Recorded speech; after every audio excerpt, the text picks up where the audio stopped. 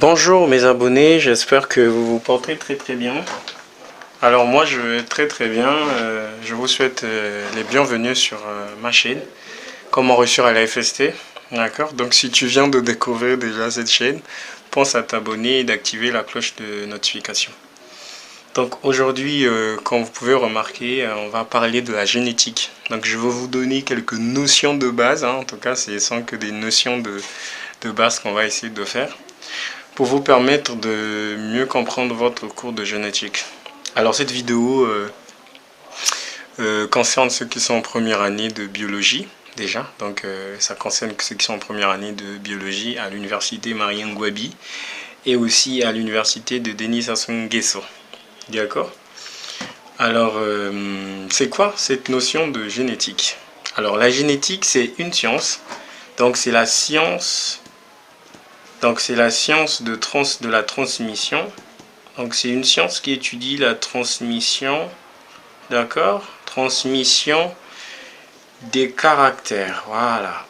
Transmission des caractères héréditaires, voilà.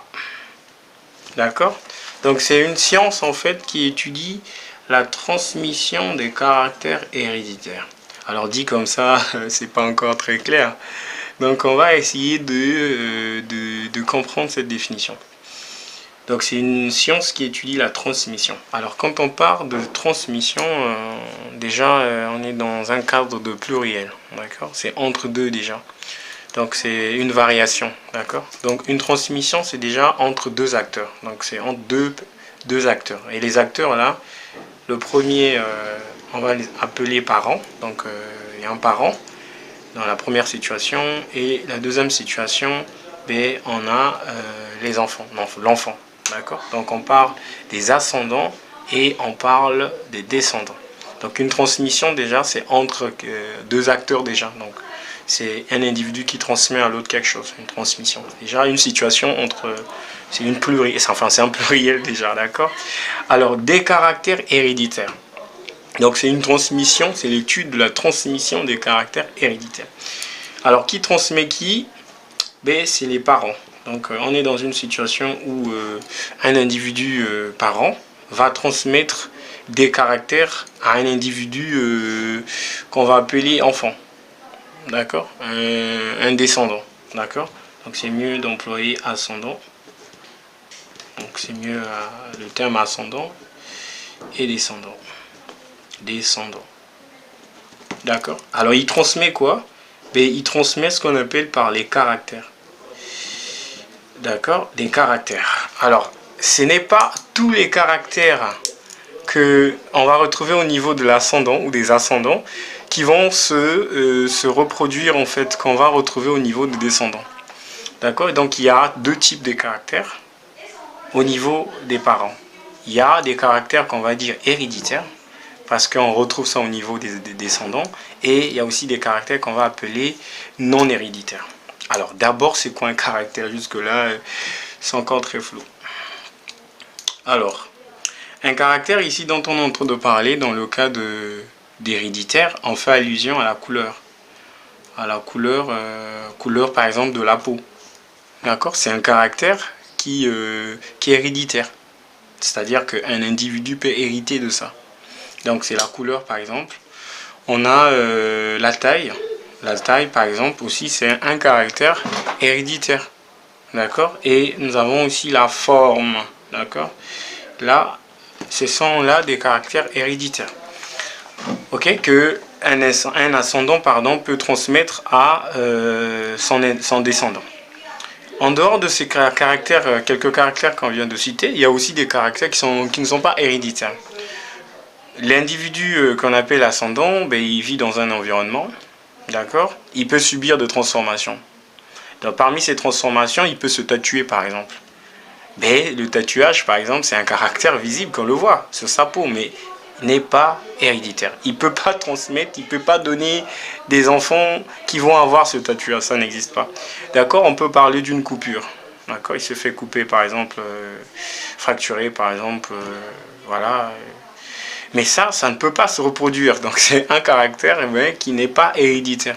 Donc vous comprenez que ce n'est pas tous les caractères qu'on va retrouver au niveau des parents qui vont être héréditaires, qui vont être transmis. D'accord?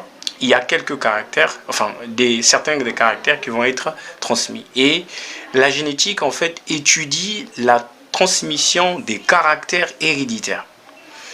D'accord? Jusque-là c'est clair. Mais comment est-ce que ces caractères sont transmis en fait? Comment est-ce qu'un individu par an, il transmet à son descendant des caractères? Alors si on revient au niveau du descendant par exemple, son ADN, d'accord, l'ADN du descendant en fait, est constitué de 50% de gènes de maman, d'accord, de mère, ok, et 50 autres % de gènes en fait, c'est lui de papa, provient de papa. D'accord? Donc, le descendant, en fait, il reçoit ses caractères, hérite en fait ses caractères héréditaires, mais justement sous forme de gènes. D'accord? Donc, les caractères que le descendant va hériter en fait des parents, ben, c'est sous forme de gènes. Du fait que dans son ADN, l'individu a hérité 50% de maman, 50% de papa. Donc en gros, en fait, c'est 50% des caractères en fait de l'enfant, ça va provenir, enfin 50%, un 50% en fait des caractères, ça sera de papa, et un 50% ça sera celui de maman. D'accord. Donc en gros, c'est ça. Donc un caractère en fait est sous le contrôle d'un gène. Donc un gène et contrôle un caractère. Donc il n'y a pas de caractère sans gène. Et il n'y a pas de gène sans caractère. D'accord? C'est un peu collé en fait cette notion-là. Donc vous avez compris cette définition de science de la transmission des caractères héréditaires. Donc on est dans une situation de deux acteurs. Donc un acteur qui va transmettre ses caractères. Mais ce n'est pas tous les caractères en fait qu'on va observer au niveau de cet acteur qui vont être transmis au niveau de l'autre acteur. Donc je parle de descendants en ce moment-là. D'accord, il n'y a que certains des caractères. Et vous avez compris que ces caractères sont transmis sous forme de gènes. Pourquoi? Parce que l'acteur qu'on appelle descendant dans son ADN, il y a 50% de gènes de papa. Et puisque un gène est équivaut à un caractère, vous comprenez que il reçoit en fait ces caractères-là sous forme de gènes. C'est tout simple. Alors, si on s'intéresse à l'étude d'un seul caractère, donc si on veut étudier un seul caractère, donc un seul caractère, si on veut étudier juste la transmission d'un seul caractère, on parle du monohybridisme. Hybridisme. Donc le monohybridisme, c'est l'étude de la transmission d'un seul de caractère. D'accord? Un caractère, il reste héréditaire. D'accord? Parce que vous avez compris qu'il y en a deux. Il y en a deux types, pardon. Donc, si on s'intéresse à deux caractères, d'accord, on parle du di. Vous avez compris? Le dihybridisme. D'accord? Donc, 3, c'est simple. On parlera de tri. D'accord? Donc, 3, on parlera de le tri-hybridisme. D'accord? Ok? Alors, ici, le gène, pour être encore plus précis, un gène, on a dit, il contrôle un caractère. D'accord? Il contrôle un caractère. Mais vous devez savoir qu'il existe deux types de gènes. Alors, il faut rentrer un peu plus dans des détails encore. On a compris qu'un caractère est contrôlé par un gène. Et vous avez compris que comment est-ce que des ascendants transmettent ces caractères-là, vous avez compris sous forme de gène. Donc un gène, c'est équivalent à un caractère. Mais il existe deux types de gènes. Donc on rentre un peu, on affine un peu cette notion de gène. Alors ici, un gène, il y en a deux types. D'accord? Il y a un gène qu'on appelle autosome. D'accord? Et un gène qu'on appelle gonosome. Alors, l'autosome, en fait, c'est comment est-ce que je vais vous expliquer? Donc, dans le gène, en fait, il y en a deux. Il y a autosome et gonosome. Alors, pourquoi? D'abord, un gène, c'est une portion du chromosome. une portion du chromosome. Et on sait qu'il existe deux types de chromosomes. Donc je vais donner un exemple après pour illustrer ça. Il y a des chromosomes qu'on appelle sexuels. Il y en a deux. Par exemple, chez nous, on a deux chromosomes sexuels. Il y a XX, par exemple, pour une femme, et XY pour un homme, en fait. C'est ça ce sont des chromosomes sexuels qui sont là pour déterminer le sexe. Maintenant, les autres, donc il y a 46. Donc il y en a deux pour sexuels qu'on appelle les gonosomes. Et il y en a aussi 44 en fait qu'on appelle des autosomes. Étant donné que le gène c'est une partie des chromosomes, donc vous comprenez que puisqu'il y a deux types, il y a aussi deux types de gènes. Voilà. Alors, donc on prend l'exemple de la garniture chromosomique, c'est 2N égale à 46. Alors on a 44 autosomes et on a soit XX pour une femme, on a 44 autosomes plus XY. Voilà. D'accord? Donc, il faut comprendre cette notion de transmission. Donc, la transmission peut toucher que des chromosomes qu'on appelle des autosomes, ou soit cette transmission, c'est-à-dire le caractère. Si je peux revenir en arrière. On a compris que le caractère, c'est un gène. D'accord? Mais un gène, ça peut être un gène autosome ou un gène gonosome. C'est-à-dire que ça peut être une partie d'un chromosome sexuel, qu'on appelle gonosome, ou autosome. Mais ce gène-là, d'accord, puisqu'il peut être autosomique ou gonosomique, donc la transmission, c'est-à-dire qui regarde que ce gène-là, peut être autosomique ou gonosomique. D'accord? Donc on continue. Donc comme je disais en ce qui concerne la transmission, du fait que le gène peut être situé sur le chromosome sexuel qu'on appelle gonosome, ou ça peut être situé sur le chromosome autosome. Donc on parlera de deux types de transmission. Donc le caractère, ça peut être un gène. On sait qu'un caractère, c'est un gène en fait, d'accord? C'est un peu trop... Je ne sais pas si vous allez comprendre en fait cette notion. Puisqu'il y a deux types de gènes. C'est-à-dire qu'on va peut-être pas dire deux types de caractères, mais il y a deux types de gènes en fonction si c'est sur un chromosome sexuel ou non. D'accord? Donc, on aura deux types de transmission. Parce que là, il faut affiner un peu cette notion-là. Donc, il y a transmission qu'on va parler de autosomique. Autosomique. D'accord? C'est-à-dire que le gène qui contrôle le caractère, c'est-à-dire que le caractère qui est donc le gène, est situé sur des chromosomes qu'on appelle autosomes. Ou soit, ça peut être une transmission gonosomique. C'est important d'affiner en fait, parce que le jour de l'examen il y a des questions dans ce sens là, on vous demande de parler sur la transmission.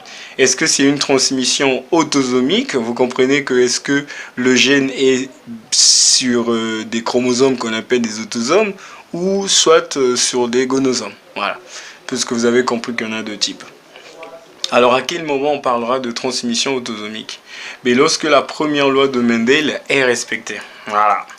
Donc on parle de transmission autosomique lorsque la première loi de Mendel, est respectée. D'accord? Et on parlera de transmission gonosomique lorsque les critères, d'accord, les critères de Morgan sont respectés. Morgan. D'accord? Est-ce que c'est clair? Donc, on parle de transmission autosomique lorsque la première loi de Mendel est vérifiée. Donc, c'est très simple. Et de transmission gonosomique lorsque les critères de Morgan sont respectés. Donc, on va essayer de comprendre les lois de Mendel avant de continuer. Les lois de Mendel. Donc, les lois de Mendel. Alors, les lois de Mendel. Donc justement, la première loi. Donc il y en a trois lois. Donc on va voir la première loi. C'est ce qu'on appelle par uniformité. Uniformité des hybrides. Les hybrides, voilà. De la F1. De la première génération. Alors, quand on croise deux parents, d'accord, deux parents, et lorsqu'on obtient à la première génération 100% des individus ont un caractère dominant, donc que ce soit des mâles et des femelles, 100% des individus possède le caractère dominant, c'est-à-dire l'un des caractères des parents. Lorsque 100% des individus ont ce caractère, d'accord, que ce soit les femelles et les mâles, tous les individus ont le même caractère. Et là, on dit que la loi de Mendel, la première loi qui est la loi d'uniformité, donc c'est uniforme en fait, c'est le même caractère dominant qui s'exprime, que ce soit sur les femelles et des mâles. On parle de l'uniformité des hybrides de la F1. Et lorsque cette loi est respectée, automatiquement, on sait que c'est une transmission autosomique. Donc ça, c'est une donnée qui va te permettre de savoir si la transmission, d'accord, est autosomique ou gonosomique. Donc ici, c'est une transmission autosomique. Voilà. Lorsque cette première loi, ben, elle est bien et bien respectée. D'accord? Ok. Alors, on va commencer avec le monohybridisme. D'accord? On va commencer à étudier on va faire l'étude de la transmission d'un seul caractère. Donc, on débute la notion du monohybridisme. D'accord? Alors, la notion du monohybridisme. D'accord? Donc, on peut prendre ça comme étant d'antenne. Monohybridisme. Alors, le monohybridisme, hein, comme on vient de dire, c'est l'étude d'un seul caractère, un seul caractère, en tout cas un seul caractère. Ok, la transmission l'étude de la transmission d'un seul caractère. Alors, revenons sur l'exemple dont on avait donné sur une illustration qu'on avait donnée. Hein. Donc, on est là. Donc, ici, c'est les parents donc, qui vont transmettre un caractère. Donc, ici, c'est pas plusieurs caractères, c'est juste un caractère. D'accord? Alors, le caractère est transmis et il sera hérité par le descendant. Donc, lui, c'est le descendant. D'accord? Alors, rappelez-vous qu'on avait dit que le bébé, dans l'ADN du bébé, on a 50% de gènes, d'accord, de maman, enfin, qui proviennent de maman, d'accord. Et l'autre 50% dans l'ADN du bébé proviennent de papa. Voilà. D'accord? Mais souvent, les gènes de papa, on dit souvent les gènes de papa sont plus forts. D'accord? Et sont plus forts et donc s'expriment généralement plus. D'accord? Et deux fois, par exemple, tu peux écouter ou entendre des phrases comme celle-ci. Ben, tu es le portrait craché de ton père. Un truc comme ça. Ou de ta mère, tout dépend. D'accord? C'est parce que tu as reçu, enfin 50-50, mais sauf que celui de papa a dominé les gènes de maman ou vice-versa. D'accord? Mais généralement, c'est les gènes de papa qui sont plus forts et qui dominent généralement.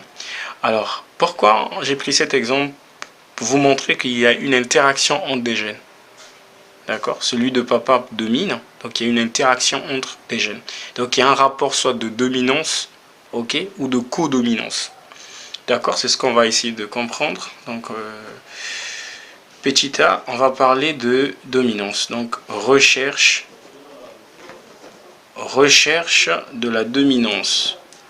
La dominance. D'accord? Donc, il y a une interaction entre des gènes. Donc, de papa et de maman peuvent interagir. Et de papa, généralement, peut être plus fort pour dominer. D'accord? Et en ce moment-là, tu auras des phrases, on dit, mais tu as la tête de ton père ou tu es le portrait craché de ton père. Donc, voilà. Donc, on prend un exemple pour illustrer ça. Donc, on croise deux individus, donc noir et blanc. D'accord? Et en F1, ben, qu'est-ce qu'on peut obtenir? Alors, on a trois possibilités.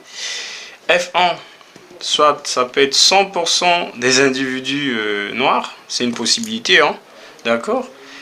Ou bien F1, 100% des individus blancs, ça aussi c'est une possibilité. Ou bien F1, 100% des individus gris. Voilà, ça aussi c'est une possibilité. Donc vous voyez que dans les deux premiers cas, il y a une notion de dominance. D'accord? C'est-à-dire que le caractère de l'un des parents a dominé l'autre. Par exemple, dans ce résultat, vous voyez que c'est le noir qui a dominé le blanc. C'est une possibilité, hein. C'est comme ce que je vous ai dit, hein. L'enfant, il reçoit 50% de papa et 50% de gènes de maman. Et il y a en fait après une interaction, en fait, un rapport entre les gènes de papa et les gènes de maman. D'accord? Donc celui de papa ici, par exemple, sur un gène peut dominer sur l'autre côté de maman, et celui de maman sur un autre gène peut dominer celui de papa. Donc il y a deux rapports comme ça de dominance en fait. C'est l'exemple que je vous ai montré. Noir-blanc, dans cette première situation, vous voyez que c'est le noir qui peut dominer, ou dans la deuxième situation, c'est du blanc qui peut dominer. Donc là, il y a la notion de dominance absolue. Absolue. D'accord? Et de l'autre côté, attention, il n'y a pas de dominance parce qu'il n'y a pas, de l'un de caractère des parents qui s'exprime là, d'accord? C'est un caractère intermédiaire, c'est une couleur intermédiaire, c'est du gris. Donc, plus que ce n'est ni l'un des caractères en fait des parents qui dominent et que ça reste un caractère intermédiaire, donc un mélange des deux, d'accord? On parle de codominance.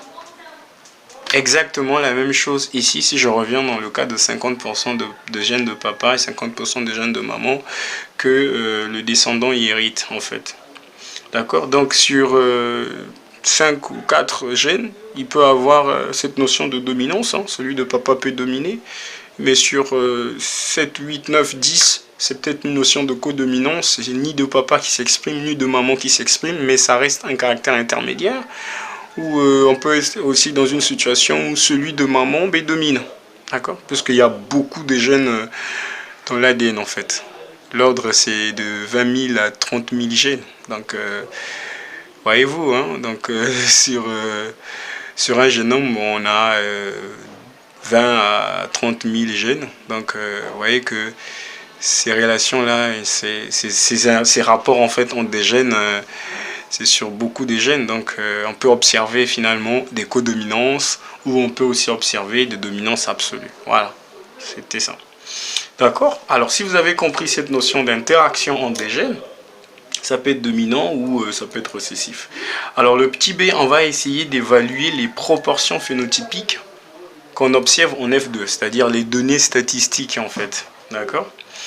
Qu'on obtient forcément à la deuxième génération. Pas à la première génération, mes amis, mais à la deuxième génération. Donc, on peut numéroter ça petit b. D'accord? Donc, petit b, les proportions. Les proportions. Les proportions phénotypiques. D'accord? De la F2. De la F2. Alors, qu'est-ce que ça veut dire? Alors d'abord, il faut comprendre F2, c'est quoi? F2, ben, vous pouvez comprendre ça de deux sens. F2, c'est généralement, bon pas généralement, hein, il y a deux possibilités pour avoir F2.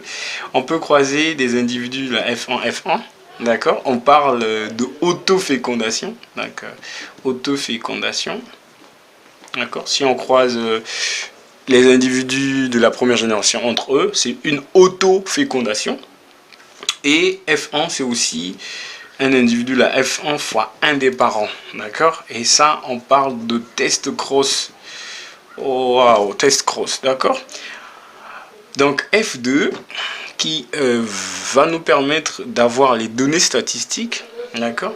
Ça peut être soit un F1 fois F1 ou soit un F1 fois un parent récessif. Donc voilà, ce qu'on appelle par le test cross.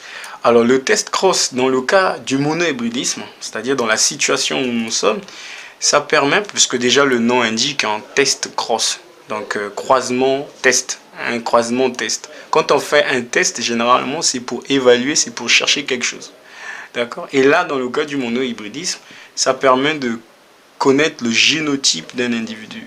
Génotype d'un individu, voilà. Un individu. Alors, quand je parle de génotype, hein, il y en a deux. Soit l'individu est homozygote, d'accord? Ou soit l'individu est hétérozygote. homozygote. Voilà. Hétérozygote. Exemple. Quand on prend l'exemple du maïs jaune, d'accord? Donc un maïs jaune, par exemple ici, a un phénotype qui est visible. Donc le phénotype c'est jaune, d'accord? Un phénotype en fait c'est le caractère apparent, donc c'est la couleur jaune, on voit bien, d'accord? Et le génotype ici, attention, est inconnu, d'accord? On ne sait pas le génotype. Est-ce que c'est du jaune sur jaune? Ou est-ce que c'est jaune avec un autre quelque chose en fait, avec du blanc? Ça on ne sait pas. Donc le test Crost, généralement, dans le cas du monohybridisme, on va nous permettre de savoir le génotype d'un individu. D'accord? Si par exemple l'individu est homozygote ou hétérozygote. Parce que je vous ai donné l'exemple là, vous avez le maïs jaune, ça c'est facile de connaître le génotype, c'est du jaune, ça c'est clair. C'est ce que vous voyez, c'est l'apparence que ça donne. Mais le cas du génotype, là, on rentre un peu plus loin dans l'ADN. C'est un peu compliqué de voir ça à première vue. Donc, en ce moment-là, il faut faire un test cross pour savoir si il a les allèles qui sont identiques ou soit les allèles différents. Pour dire, attention, homozygote et hétérozygote. Alors là, ça sera en fonction du résultat. C'est-à-dire que c'est en fonction du croisement donc de cet individu, d'accord? C'est pour lui qu'on ne connaît pas le génotype, d'accord? Qu'on va croiser avec un parent qui est doublement récessif. Donc ici, tout dépend du résultat à la fin. Par exemple, si on a 50% du jaune, d'accord? Et 50% du blanc. Ok? Sachant que le parent est récessif, donc la laine ne domine pas, et que lui, il est dominant. D'accord? Et si on obtient 50% du jaune et 50% du blanc, sachant que l'individu F1 est jaune, donc lui il est jaune, donc c'est le maïs jaune, d'accord? Lui c'est le maïs blanc, donc les deux, donc on croise un individu jaune et un individu blanc, et qu'on obtient 50% du jaune et 50% du blanc, donc cet individu il est forcément hétérozygote, parce que lui on le sait, il est homozygote et récessif, mais lui, c'est ça l'idée en fait, c'est pour trouver en ce moment-là pour lui. Mais si ici le résultat nous donne 50% du jaune et 50% du blanc, ça veut dire que l'individu est forcément hétérozygote. Donc il avait en dehors du jaune, il y avait un autre allèle qui était en bas, donc pour exprimer l'allèle en fait qui était récessif. Parce qu'on le sait qu'il est dominant. Alors si on obtient l'autre cas, 100% des individus jaunes, ah là, on sait que lui, il est homozygote, c'est-à-dire qu'il a le même gène, allèle jaune et en bas aussi jaune.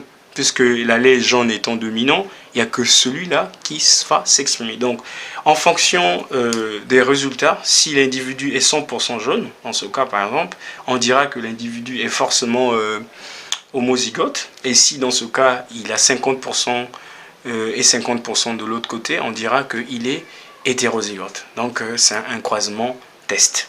Alors, on va parler, parce que la notion, le truc c'est comprendre des proportions phénotypiques, mais en passant, c'était important quand même de vous expliquer le but du test cross dans le cas du monohybridisme, puisque nous sommes en train d'étudier le monohybridisme, d'accord? Alors dans le cas du dihybridisme, le test cross, donc ça, c'est valable pour le monohybridisme, d'accord? Alors, dans le cas du dihybridisme, donc je le dis déjà, hein, j'anticipe, dihybridisme, d'accord? Alors, le test cross va nous permettre d'évaluer la localisation des allèles, c'est-à-dire de savoir si les gènes sont liés ou pas. Donc, dans le dihybridisme, ça va nous permettre de connaître la localisation des gènes. D'accord? C'est-à-dire pour savoir si les gènes sont liés ou pas. Voilà. Donc, le test cross dans le cas du monohybridisme, en fonction des résultats, le test cross va nous permettre de savoir le génotype de l'individu, s'il est homozygote ou hétérozygote. C'est l'exemple que je vous ai donné dans le cas de 100% de son caractère qui s'exprime. Donc on sait qu'il est homozygote. Ok. Et dans le cas de 50-50, on le sait qu'il est forcément hétérozygote, puisque l'allèle récessif s'exprime, donc lui, il était forcément différent, pour que celui-là puisse s'exprimer. D'accord, mais dans le cas du dihybridisme, c'est important de noter que le test Cross